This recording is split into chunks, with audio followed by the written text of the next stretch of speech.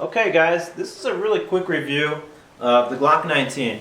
The Glock 19 is chambered in 9mm. This is the service weapon of the NYPD, a lot of police departments throughout the United States, even the military. The Glock 19 is not the full-size Glock. The full size is the Glock 17. The 19 is a compact Glock, and then there's the Glock 26, which I'm going to do a review of later on. And that's the subcompact, or the baby Glock. It's a little bit smaller than this. I'll also compare the two of them. I'm just going to move this out of the way. This is the case that the Glock comes in. And if you open it up, basically, depending on your state, it'll come with 2 or 3 magazines. They will contain either 10 or 15 round capacity. It'll come with the lock. It'll come with all this documentation here. It's a nice case. I kind of take this to the range sometimes. It's pretty convenient. It's padded, so it protects the firearm. I'm going to put this out of the way though, so you can actually see the firearm a little bit better. This is unloaded right now, although there are rounds in the magazine.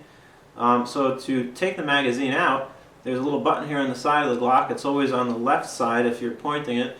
I'm just going to press this button with my thumb, and the magazine is going to eject.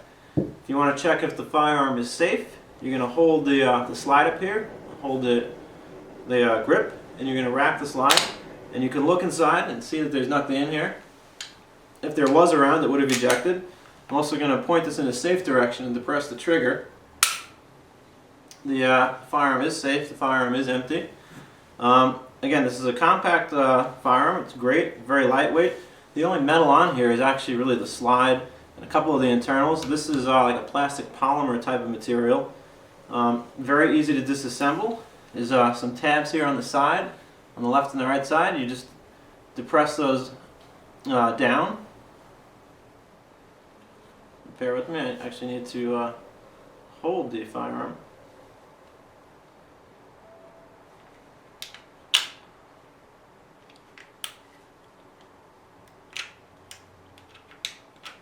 You know, there you go. Comes apart. Basically, this is the entire Glock. You got the magazine, you got the trigger assembly, or the lower half. If you look inside here, I know the camera is a little bit far away. You can see this is pretty much just plastic. It's made in Austria. It's a very strong material, though. If you drop it, if you throw it, it's not going to break. The actual slide mechanism here, this is made of metal, and it's got the barrel in here. The spring, it's a little dirty, so I don't want to get dirt on my hands. And if you look at the back here, I put a little silver plate in here. This is interchangeable. It comes with black. They sell blue, silver, red. I go shooting a lot of times with my buddies. We all have the same Glocks. They're all sitting on the table. We don't know whose is whose. You know, you can look at the serial number. But if you've got a different colored plate, you can tell right away, you know, whose is whose. To disassemble it, I did a little incorrectly. Basically, you need to ensure that the trigger is depressed. You need to pull the slide back very slightly. As it's back, then you want to pull these 2 little tabs. There's one on each side here. I know it's kind of hard to see, but there's 2 very little tabs that you need to pull, and that takes the slide off. To put the slide back on, incredibly easy. You just want to line it up, pull it all the way back, slides back on, you're good to go. So again, this is the Glock 19, really nice firearm. One thing that I do want to point out is there is no safety on the Glock.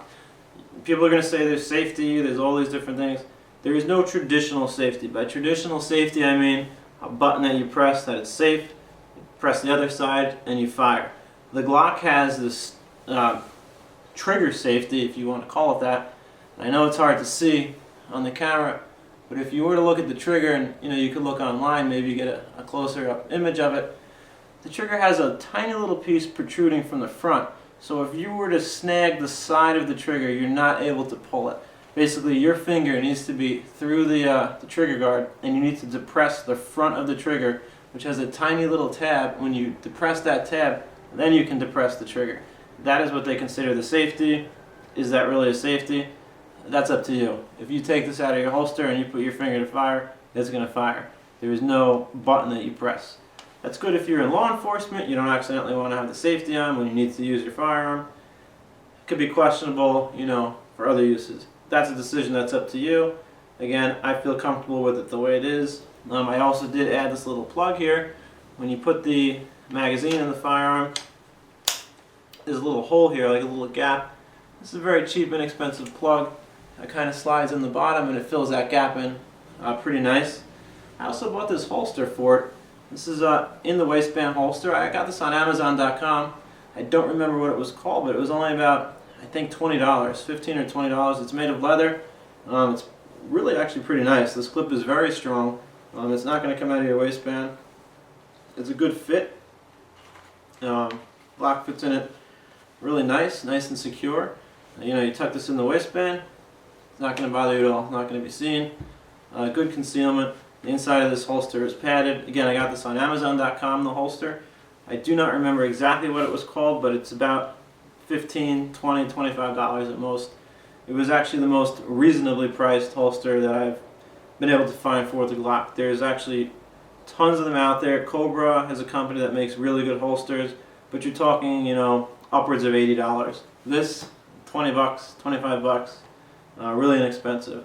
The Glock also comes with, obviously, the owner's manual, and even if you own a firearm, if you're very experienced with firearms, I do recommend you read the owner's manual.